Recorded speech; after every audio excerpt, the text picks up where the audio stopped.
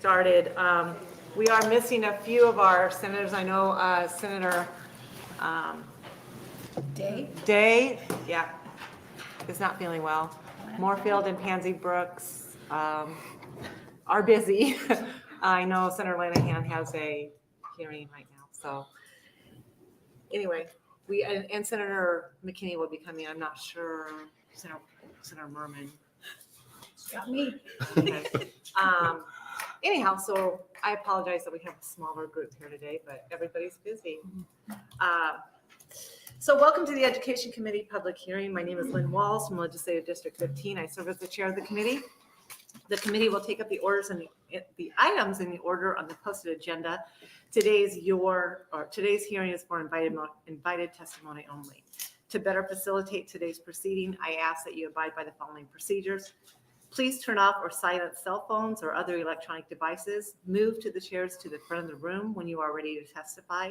If you have written materials that you would like distributed to the committee, please hand them to the committee clerk to distribute. We need 10 copies for all committee members and staff. If you need additional copies, please ask a page to make copies for you now. When you begin to testify, spell and spell your name for the record. Please speak directly into the microphone so our transcribers are able to hear your testimony clearly. And finally, please be concise. Testimony will be limited to 5 minutes. We will be using the light system. Green, you have 5 minutes remaining. Yellow, 1 minute remaining. And then you wrap up your comments when you see the red light. I haven't done this for a while, can you tell? The committee members with us today will introduce themselves beginning at light left. The one and only. Rita Sanders, representing District 45, the Bellevue Offit community. Thank you. To my immediate right is legal counsel Elsa Knight, and to the right end of the table is committee clerk Noah Boger. I also would like to remind our committee members to speak directly into the microphones and limit side conversations or making noise on personal devices. We are an electronics equipped committee, and information is provided electronically as well as in paper form. Therefore, you may see committee members referencing information on their electronic devices. Please be assured that your presence here today and your testimony are very important to us, and it is crucial to our state government. And with that, we will open on LR 354. Senator McDonough, welcome. Good morning. Thank you. And to my two favorite senators in the room. I appreciate you taking the time.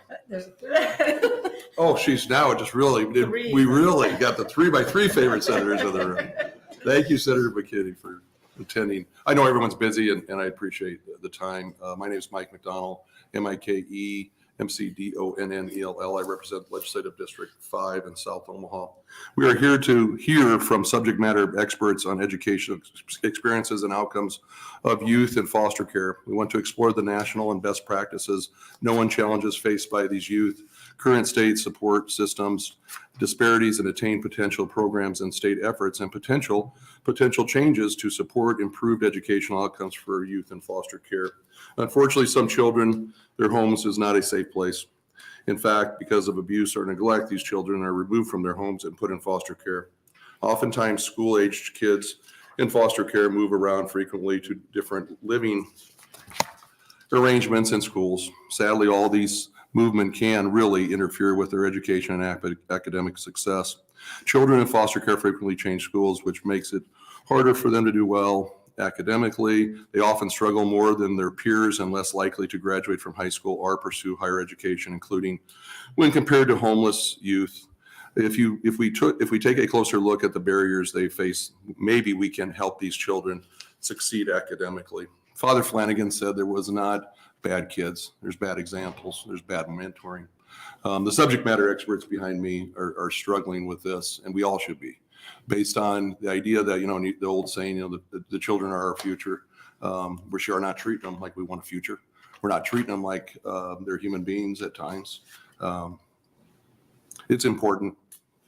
Thanks for being here today. Thank you, Senator McDonald. I really appreciate you bringing this. First testifier is Dr. Mike Baumgartner.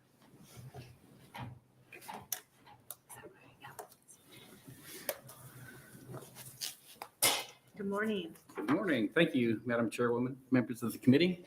I'm sure you're tired of seeing me this month. This is the third or fourth time that I've been here. recently. My name is Mike Baumgartner, Mikebaumgartner. I'm the Executive Director of the Coordinating Commission for Post-Secondary Education. About a year ago, leadership of Nebraska's public colleges and universities, the Nebraska Department of Education, and the Coordinating Commission began conversing with you, members of the committee, about the need for a state attainment goal. Those conversations coalesced into LR 335, which, as you know, established a goal that 70% of Nebraskans aged 25 to 34 will have a certificate, degree, diploma, or other post-secondary or industry credential with economic value in the workforce by 2030. The resolution recognized that having a state attainment goal helps us, as a state, focus and organize strategies related to workforce development and the promotion of diversity and inclusion. It also declared the legislature's finding that disparities in educational attainment impede individual and collective well-being and prosperity and must be reduced and eliminated. I've appeared before you a couple times in the last month to talk about strategies and programs that will help us meet the 70% goal. I doubt that there's any group of young people in Nebraska who need as much assistance and have as far to go to help us meet that 70% goal as our foster youth. As other presenters will tell you this morning, while the great majority of our foster youth report that they want to attend college, few do. And even fewer complete a post-secondary credential. In fact, studies have shown that as few as 2% to maybe a high of 10% of foster care alumni attain a bachelor's degree, and perhaps only 15% attain any credential. That's not in Nebraska statistics, that's national, but I don't think we have any reason to think it's any different from here. So 15%, that is a far cry from the 70% state goal that we're looking at. That's the kind of disparity in educational attainment that dramatically impedes individual and collective well-being and must be reduced and eliminated. Meeting the challenges of getting our foster youth graduated from high school, enrolled in post-secondary education, graduated with meaningful college degrees or credentials, and into the workforce, hopefully in H3 jobs, which pay better, hence H3, involves many school, community, and campus organizations providing coaching, services, and financial assistance. Most of those partnerships and services are beyond my expertise and knowledge, so I will not speak to them. Other people will today. However, given the long odds foster youth who our students face and the impact of not completing a post-secondary credential with value in the workplace, I would like to raise briefly the issue of student financial aid with you. Federal law declares that students who have been in foster care after age 13 or who are verified as unaccompanied homeless youth are considered independent for financial aid purposes. As independent students, parental income and assets are not collected or used to calculate expected family income.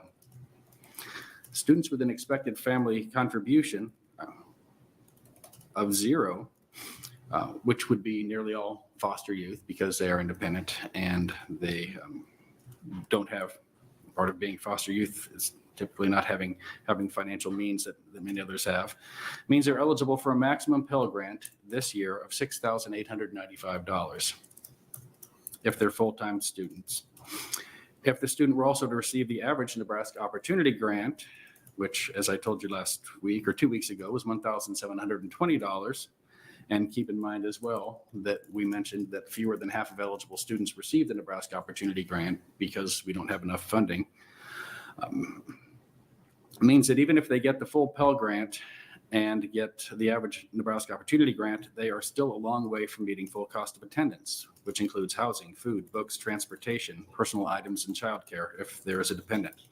And I know that Joe and others will talk about that presently for you. As you consider the charge to the committee in LR 354, which covers a lot of ground because the educational experiences and outcomes of foster youth cover a lot of ground, I would ask that you keep the financial aid needs of foster youth in post-secondary education top of mind. Getting Nebraska to its 70% goal of young adults with a degree or a credential of value is a big lift, but it aligns with the needs of our community and our economy. That's why the legislature did it. That's why you as an education committee sponsored that resolution. Making sure that foster youth are fully included as part of meeting the attainment goal is a much bigger lift given low levels of attainment. But it's necessary for individual and collective well-being and prosperity, as we say in the attainment goal resolution. Thank you, Madam Chairwoman. I conclude my testimony with that. Thank you so much. Questions from the committee? Senator McKinney? Thank you, Senator Walls. Thank you for your testimony. What do you think is needed to address that financial aid issue that you brought up? Well, I think that in several states or communities, there are additional scholarship opportunities for foster youth to cover up to the cost of attendance. So when you subtract the Pell Grant and SEOG, Nebraska Opportunity Grant, any other assistance in housing or living expenses or educational vouchers, finding that last dollar to fill that entire need so that students don't have to worry about working or not eating or housing situations, then I think that could have a positive impact there. So I think just filling in those last gaps, putting together everything else and then filling in those gaps could be a solution to meeting at least this piece, the financial aid piece. Are there any states using state dollars to fill that gap? Minnesota has a program that does that. I'm not sure about other states. That's one that I'm aware of, and it does exactly as I mentioned. And I believe there are other local communities, if not states. There are other people, as I mentioned, who will probably be able to speak better to that than I am. But Minnesota has a really exciting, I think, program to do that. All right, thank you. Thank you. Senator Sanders? I have a question. You may not be able to answer it. Do you know how many eligible youth we would have that would be able to take advantage of some type of gap assistance financing? I'm going to defer to Joe and others. I have been told that there are 375 students enrolled in the state and community colleges or public institutions who would qualify at this point. But if there are any caveats to that, I'm going to let other people speak to that. But that was my understanding. And about 100 graduate each year from high school, 100 foster youth. There are many more that don't graduate. But so you're not looking at a massive number, but you are looking at students with a lot of needs. All right, very good. Thank you so much. Thanks for coming today. Our next testifier will be Sarah Helvey on the Child Welfare Program. Good morning. How are you? Good. How are you? Good. Good. My name is Sarah Helvey. It's Sarah, last name Helvey. And I'm a staff attorney and director of the Child Welfare Program at Nebraska Appleseed. We know that the best pathway out of poverty is education. But for young people with foster care and other system experience, barriers can make access to post-secondary education much more difficult. I'll repeat these statistics because I think they're really stark. Nationally, only 54% of youth in foster care complete high school by age 18, compared to 87% of the general population. And in addition, while the majority of youth in foster care indicate that they want to go to college, less than a third actually enroll in post-secondary education at some level, and less than 2% of young people with foster care experience ultimately obtain a bachelor's degree. We must do better for these young people who are the future of our state. To address these barriers, support, financial and otherwise, is needed. This includes helping to make up the difference in the actual cost of college. So not just tuition, but also fees, books, and living expenses. Other states have recognized this need and have created programs to address challenges to educational success for youth in foster care. And so I'll mention the one that the previous testifier said, a newly established program in Minnesota provides grants to young people who are in foster care at age 13 or older through age 27 to cover tuition, room, and board and other expenses not covered by scholarships or traditional state and federal aid. So as the previous testifier mentioned, many of these young people are eligible for Pell Grants and other sources. So there is that support that exists. It just makes up that additional cost of the actual attendance, which we see is to be such a barrier for so many young people.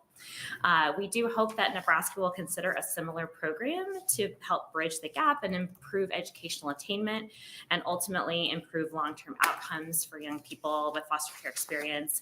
These are young people who have already overcome significant odds, and their success is is a key investment for us in Nebraska. Thank you for your time and attention to this important issue and for all your dedication to youth in Nebraska. Thank you. Senator McKinney. Thank you. And thank you for your testimony.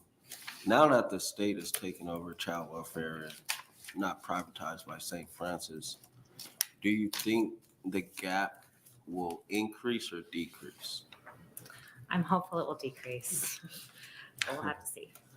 What other things more upstream before they even start planning for college do you think we need to put in place in our education system to address this gap? Because if the state is technically in charge of the well-being of these kids, what do we need to do to address these issues in foster care and from education side?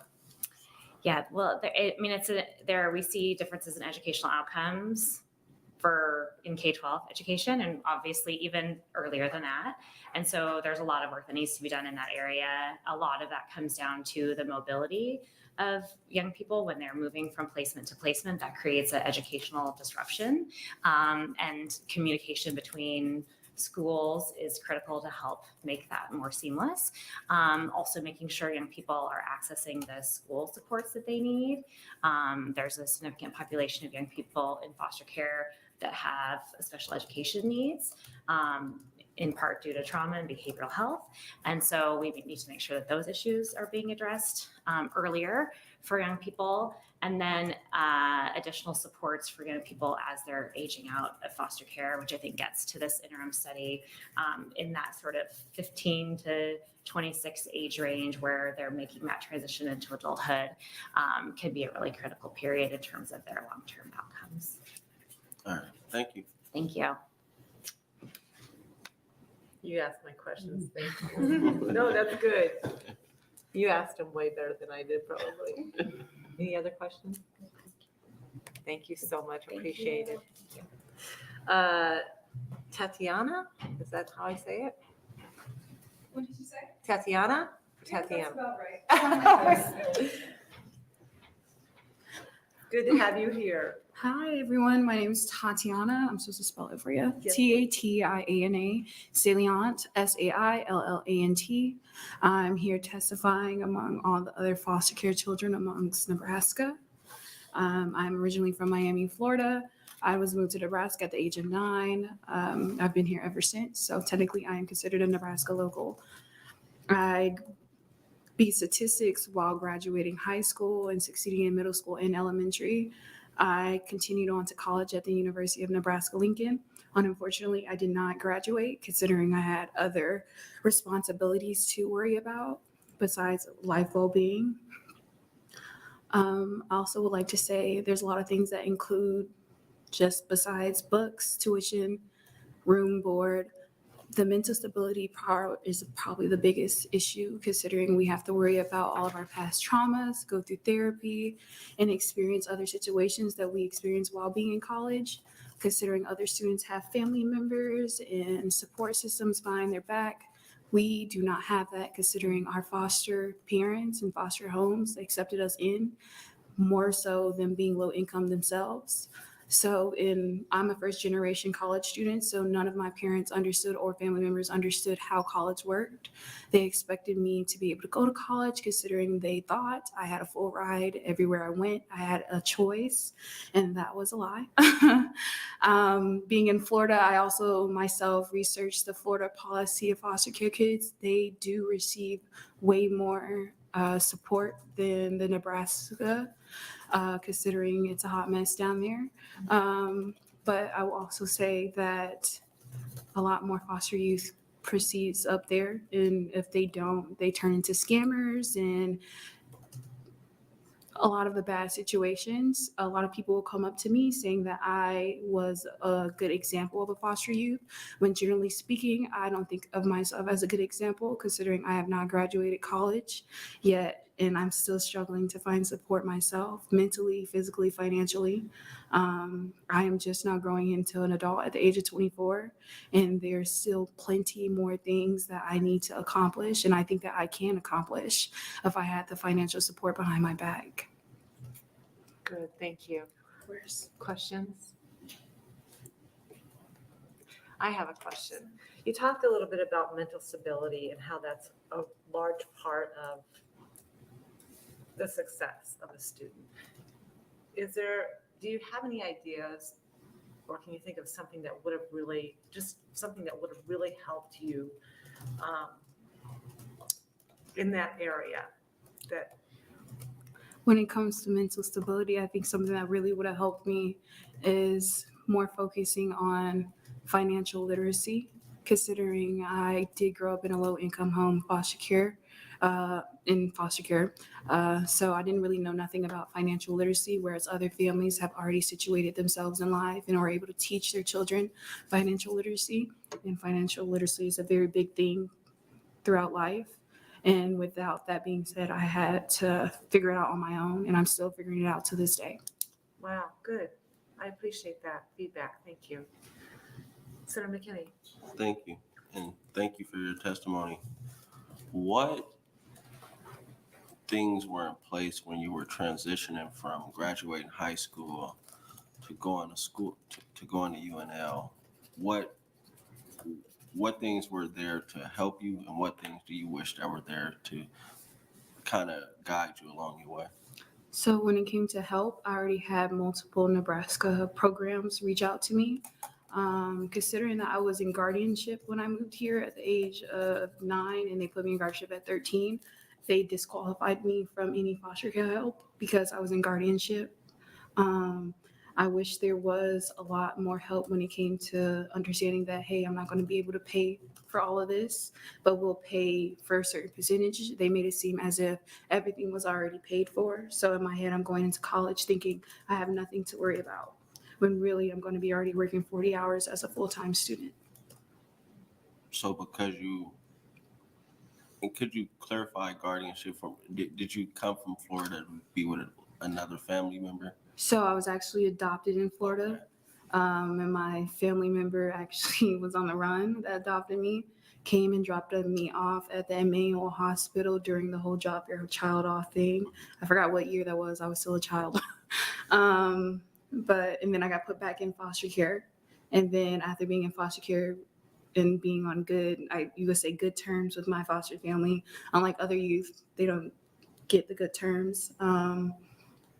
I was put back in guardianship because it was like a less foster care child taken out of the system. They didn't have to worry about. So would you say it probably, in your case, when you were transitioning to college, it would have been better to stay technically in foster care than guardianship because they cut you off? Yes, they cut me off everything. I turned 18 and I got a letter in the mail. I had no health insurance. I had no type of ability to get any type of mental health. Considering being a foster care child, you definitely need therapy. So I had none of that. I, as a teen, was just happy to be participating in college myself because that's what everyone dreams of. I wanted the college life. I wanted the sorority life. I wanted all of that. And until I got to college, I understood I was not able to even reach any of that. And thank you again. I know it's a tough topic, but I appreciate your comments. Thank you. Of course. Any other questions? Quick question. Thank you for your testimony. Before you turned 18, was there a letter prior to that said you would get this letter, like at the age of 16, to prepare you or to prepare your foster parents? So I did not receive any letter, and my mom was pretty much open about everything the government sent when it came to assistance or any type of notifications. They might have sent something online, but we did not understand how to log into those things. But it was a week after I turned 18, I did receive that letter. So I myself more focused on how would I be able to get this insurance to get the medicine that I needed so that I can more focus on college. And it was a bombshell, but as a foster kid, you learn to adapt to any situation. So for other students, other kids, it might have been a little bit harder, but for me, I've learned to adapt. So I did what I needed to do. Thank you. Of course. I just have one more question. So thank you for asking that. how much time from the time you got the letter did you have to prepare? None. Like, when you get the letter and it's that day, or how much time do you have to? I didn't really have no time to prepare. I didn't consider it as, once again, I adapted. I was like, I would just have to hold on to those until I'm able to afford it myself. All right. Thank you so much for Of your course. testimony. We really appreciate it. Thank you, guys. Thanks. Chloe McShannon. Hi, Chloe. Good morning. My name is Chloe McShannon, CHLOEMCSHANNON. I'm also here today speaking on behalf of Nebraska Foster Youth. Tatiana and I had kind of similar but also different experiences. I was a state ward until I was 19. So while she kind of got, cut off from those resources, I was able to receive a number of resources after I aged out of the system. But I will say, as she did, being a college student, transitioning into being a young adult without familial support and without the obvious financial support that comes with having familial support, it's extremely difficult. And as she mentioned, it takes a toll on your mental health when you can't talk to mom or dad or even, grandma and say, hey, I'm struggling, so I truly believe that had I had this opportunity at 19 years old when I was going into college and, starting my adventure, I think I would be in a very different place right now. I currently actually had to drop out of the classes that I signed up for this term because I simply could not afford to not be at work. Unfortunately, that's just what it is for me right now. Because while I do have financial help for tuition and for my books, the living expenses is really what gets us foster youth when we don't have that familial and financial support. As Tatiana had mentioned before, we do leave foster care with the idea in our minds that everything is paid for. And I did actually right away, I signed up for classes at Doan because I had always wanted to go there. And I didn't know exactly how it worked, so I emailed that to my caseworker, and she had to let me know, Chloe, we don't pay for that. I'm not actually sure how you get it paid for unless you're paying for it. So I did have to drop out of those. And like mentioned before, that affected my mental health. I had no idea how I would get that paid for. I didn't know what the FAFSA was. I didn't know what the Pell Grant was. And I didn't know what resources I had available to me. And at the time, I didn't have anybody letting me know what I did have.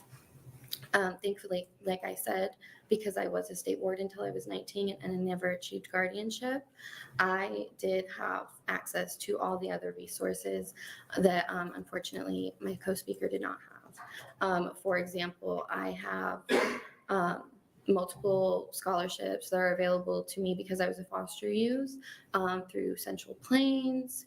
I have received the Nebraska opportunity in the past. I will say that as of right now, I am on financial aid suspension, and that is because for the past few terms that I've been at school, I've had to prioritize my living expenses over my classes. But I will say I'm quite a good student when I can focus on class. It becomes hard falling behind when you have to put your main focus on work, and I really hope that this is a step in the right direction for incoming foster youth and foster youth becoming young adults. And just real quick as I wrap up, I wanted to quote something that Tatiana had actually said in our Zoom meeting, which was that money is not everything, but in this situation it absolutely is, and for these kids it absolutely is. Thank you. So much. Thank you. Questions from the committee? I have one while Yes. Senator McKinney is thinking. You mentioned that you were under it was your understanding that everything would be paid for. Right. How, Can you tell me a little bit about that? Like, How about how I came to that right. conclusion? Yes. So, and I think that also has a little bit to do with misunderstandings, possibly with our caseworkers, because when they're speaking, when I was being spoken to about it, she did also have the idea that, you have it paid for. You're good, your books and your tuition. And she wasn't completely wrong, but none of us had any idea of how to actually get that help, like fill out the FAFSA. She didn't understand that that's what I needed to do. So I didn't understand that that's what I needed to do. Okay. Good information. Thank you. Yeah. Any other questions? We really, really appreciate you coming today. Of course. Thank you so much for having me. Thank you. Joe DiCostanzo.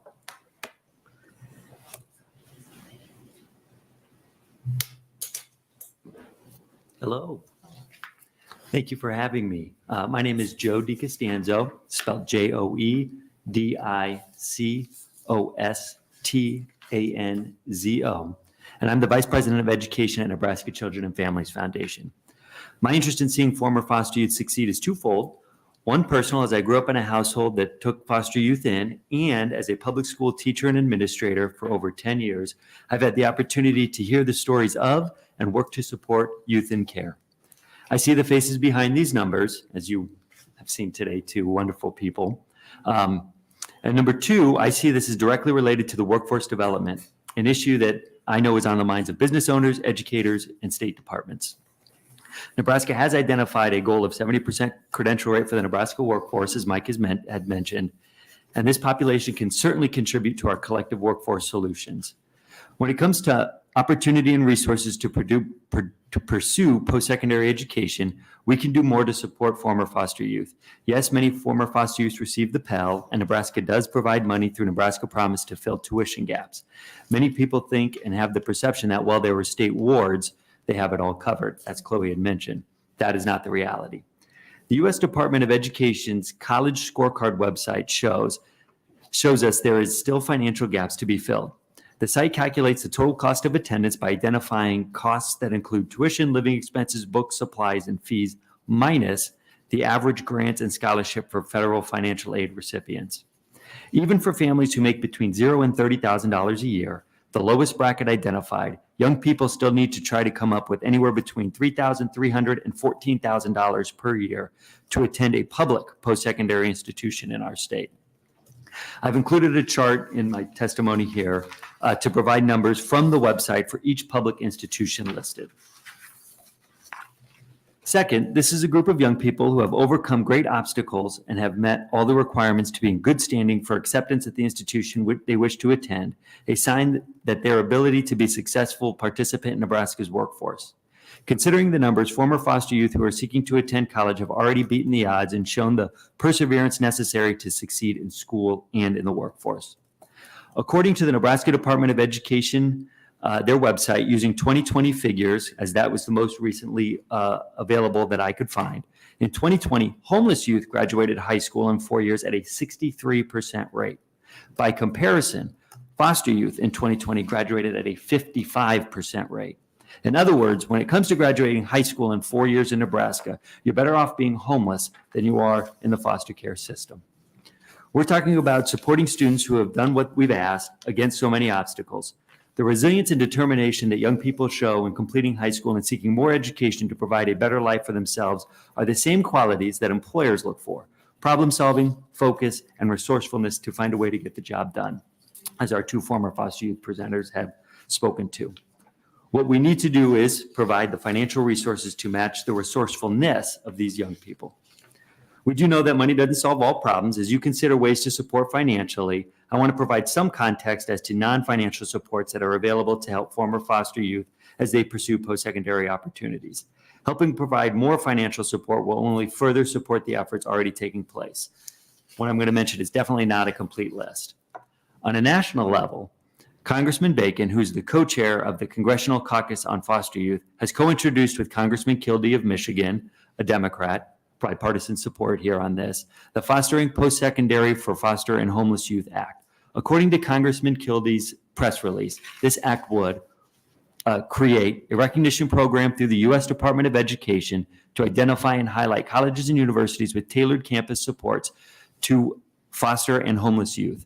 By designating their higher education institution as foster and homeless youth friendly and profiling them on the website, this program will recognize institutions for their commitment to students and help these students navigate the college-going process. It would also create a national center for fostering post-secondary success for foster and homeless youth. This would provide technical assistance to post-secondary institutions as they create and maintain campus-based supports and disseminate best practices across the country. On a state level, Nebraska Children and Families Foundation partners with Central Plains Center for Services, which provides evidence-based one-on-one coaching model to support former foster youth aged 18 to 26 as they transition to adulthood and independence. Department of Health and Human Services also has Bridge to Independence, also known as B2I. These are voluntary programs that support former foster youth as they transition. At the school level, UNO has set up an Office of Hardship and Resiliency Supports to help connect former foster youth to services on campus for academic and non-academic needs, which was just established here within the past year. And UNL has a Navigators program. It's newly developed this fall to help connect these former foster youth to Central Plains. As you can see, Nebraska has some work to do in supporting former foster youth as they transition out of the system. We are very thankful for the opportunity to talk with you today and look forward to discussing ways to support this population moving forward. Thank you so much for your time, and I'd be happy to answer any questions you might have. Questions from the committee? Senator McKay. Thank you. What do you think is the need as far as a number to address this issue? Because it's been highlighted, there are programs that are supposed to help navigate youth that are aging out of foster care or in foster care be successful in life. But for whatever reason, it's not the greatest, because if you're better off being homeless than in foster care, that should tell you everything that we need to do about foster care in the state, because that shouldn't be. So what do you think is the number to address it from the part of making sure the youth have resources throughout foster care and after, as they become adults, but also what are the resources that are needed from the system side to make these agencies or institutions better and work for the kids and families? Yeah, so thank you so much for your question, and I'll do my best to answer it. And if I don't, please ask for some clarification. We've kind of, in general, kind of looking at some of these numbers. If you're taking an average from a financial standpoint, you're looking at anywhere between $7,000 and $10,000 per year per student. ETV eligible, so Central Plains currently works with 375 youth. As Mike had mentioned, about 100 graduate from high school every year. So you can take that times, whatever it's going to be and whatever age range you're talking about there. Generally speaking, we've kind of talked about, if we're going to take that 375 currently working with Central Plains, which we know is not the whole number of eligible, but if we're going to go with that, you're looking at $4 million a year if you're going to give about $10,000 a year. Now, there is certainly a human capacity side that we might want to think about in training up most current knowledge and best practices in working with foster youth. School social workers and case managers for DHHS are, for the most part, really great, hardworking people that do the best that they can. A lot of turnover. I've talked to, when I was an administrator, can you tell me who your case manager is? I don't know. I've had 4 in the last year, right? So that transition is tough as well for our youth in care as they're seeking to navigate this. On the FAFSA, and somebody correct me if I'm wrong here too, there is an opportunity to mark whether you were a former foster youth. It's worded a little bit differently. And so we could probably pull some of those numbers for the state of Nebraska based on the application. Now, not everybody fills out the FAFSA on time as well. So which leads me to the additional, so I'm sorry to go on here.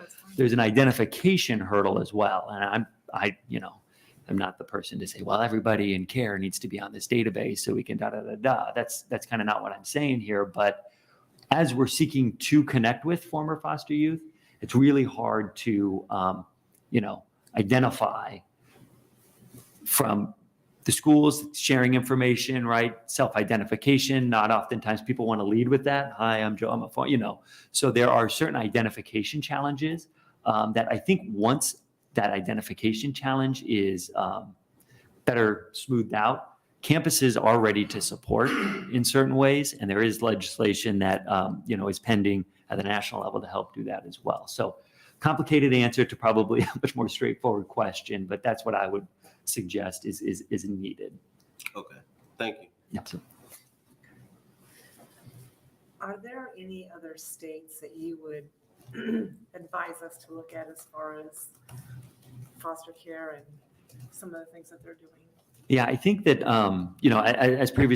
as previously mentioned, Minnesota, it's very new. So I don't know what these outcomes are going to be for the money that they're spending. So I don't want to make any grand predictions about a tenfold ROI or anything like that. But that is certainly, from what I can see in the legislation, they're getting full cost of attendance for any brick and mortar in the state, public and private. I've just produced public institution figures here.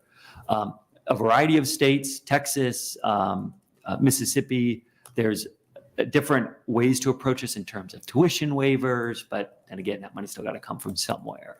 So I don't think anybody has it figured out yet. If somebody did, I hope we would all hear about it. But I think we're all working to better this situation for young people. Michigan is the one then that I would also kind of point to. They have several campuses that are really doing some great things around supporting these young people as they are on campus. I don't know what their financial aid situation and supports looks like, however. All right. Any other questions? I do. Yeah. Thank you. In your statement here about the graduating rate for high school students that are homeless, 63%, and those that are in the foster care, 55%. So there's an 8% difference. What's the difference? Why are the homeless graduating at an 8% better rate than the foster? Good question. And I've been thinking about it, and I'm not really sure, but I have some hypotheses here is, at least in my personal experience, so it's anecdotal, young people in foster care, as they move from house to house, as has kind of been mentioned before, that can certainly disrupt their educational experience. They may go from school A to school B because it's closer, it's more convenient. Maybe they're moving from one part of the state to the next for whatever that individual circumstance calls for. So that transition is very difficult, not only for the schools in terms of getting academic records from the previous school. There seems to be a lag. There's actually a committee hearing this afternoon to address some of that data sharing with HHS, NDE, and others. I don't know how that's going to turn out or look. So there's that data sharing piece and the instability. So my guess would be if you're homeless, you're still with your family from place to place. It could be motel, could be shelter. So there's a family stability. We know kids spend only 20% of their waking hours in school. There's that other 80%, right? So that's kind of where that family support comes in also. So if there's a stability in that 80%, it makes that 20% a bit easier. Even though their shelter might not be stable, the family unit tends to be more intact. Thank you. Any other questions?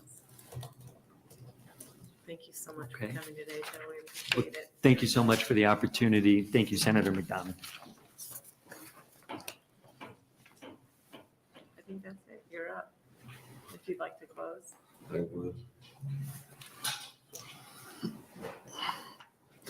Thank you. Thank you to everyone that's here today to discuss this important issue. I think there's a point, and I think 99% of people in the state of Nebraska want to see kids do their best. They want to see them develop into the best version of themselves. And I think sometimes government needs to plow the way, and sometimes government needs to get out of the way.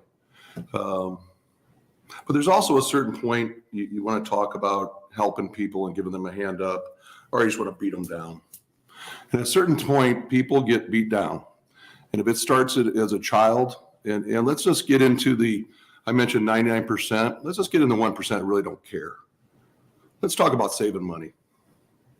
Because the investment we make now, we want to talk about recidivism, we want to talk about reducing that population, that prison population, this is where it starts. Because we're going to pay either now and invest in them to be the best version of themselves, or we're going to house them. And that's what's going to happen. And it's been going on for years. So we have an opportunity here. We have an opportunity as a person that serves on appropriations to save money. Invest it now. Let them be the best version of themselves, or we're going to pay later. And I think that's how we have to look at it at times. Again, I know people want to help. And I think they want to take every tax dollar is important, and they want to see their tax dollars helping people. But at the same time, if we can do this and we frame it and make sure that our fellow senators understand, not only are we helping those children and erasing some of these unfair hurdles that have been put in front of them, but we're also going to save money in the long run. So thank you for your time. I'm here to try to answer your questions, but these are the subject matter experts behind me. Thank you, Senator Yep. McDonald. Any questions? Senator McNeil? I don't know if it's a question, it's probably just more so a statement of agreement with you. Because I would agree with you if anyone would go through the state institutions that were housing people that are incarcerated, a lot of those individuals, a good percentage went through the child welfare system. And that speaks to the failures of the child welfare system, man.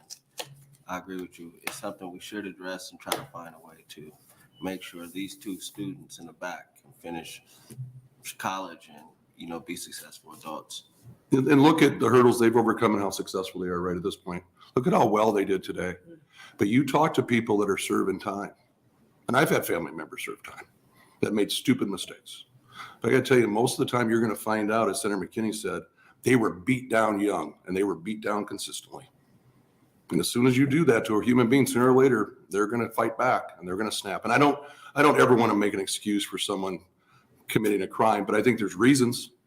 I don't think there's excuses, but there's definitely reasons. And if you put a person in that situation long enough, they're going to turn to crime. Again, not making excuses, but I believe there is reasons for people committing crime. Any other questions? Thank you so much. Thank you so much for being here. Again, my favorite three senators in the room at this moment in time. Thank you. Thank you for bringing this. And that ends our hearing for today. Wow.